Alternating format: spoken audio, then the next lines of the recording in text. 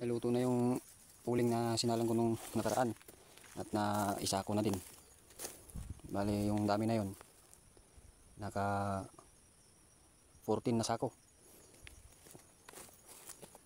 14 lang na sako nakuha natin doon kasi hindi natin nabantayan ng maayos, kaya madaming nalusaw, marami yung naging abo. Kaya ganun talaga, lesson learned kapag nag-uuling ka, dapat lagi mong bantayan every hours at ng oras. Ako busy ako, marami akong nagkakabalahan, kaya hindi ko nabantayan ng maayos. Kaya marami ding nahilaw. Ayun, ano mga nahilaw doon pa. Ayun. Ito pa natabunan. Yan, hilaw lahat yan, hindi naluto. Kaya isasalang natin ulit yan. Sakaling maka 8 na sako, di may pagkain na yung alaga ko. Ayan, isasalang natin ulit itong farmers.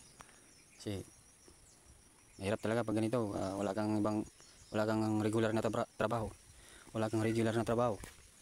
Mahirap maghanap ng pera. Kaya ito yung isa sa paraan namin para magkapera ka. Hindi ko naman kayo ini-encourage na mag-uling kayo, kasi hindi din maganda yung lagi kayong nag-uuling. Wala na yung ano natin. At least ito kasi yung ginagawa ko, kaya inuuling ko ito. And bubuksan ko kasi yung lupa na yan. Yan yung lupa na yan, bubuksan ko yan dito pa sa likod ko. Yan, bubuksan ko yan kasi tataniman ko ng gulay. Kaya yung mga kahoy na matatabas ko, mapuputol ko. Wala naman akong ibang kaysa naman mabulok lang, aanayin lang yan dito. Hanapan natin ng alternatibo na paraan para mapagkakakitaan mo. Ayun yung naisip ko, hulingin na lang yun. At para magkapera. Ayan.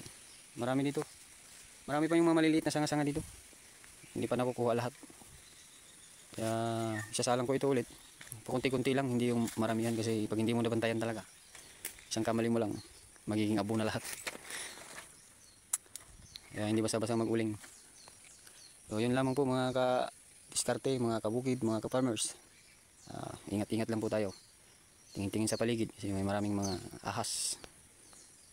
Ayan, lalo ngayon umuulan dito sa amin. Kaso lang, bumalik naman yung ganitong panahon na sobrang init. Yun yung labasan ng ahas. Naghahanap sila ng pagkain nila para pagdating ng tag-ulan, nagtatago na lang sila. Ayun, ingat-ingat lang mga ka-farmers.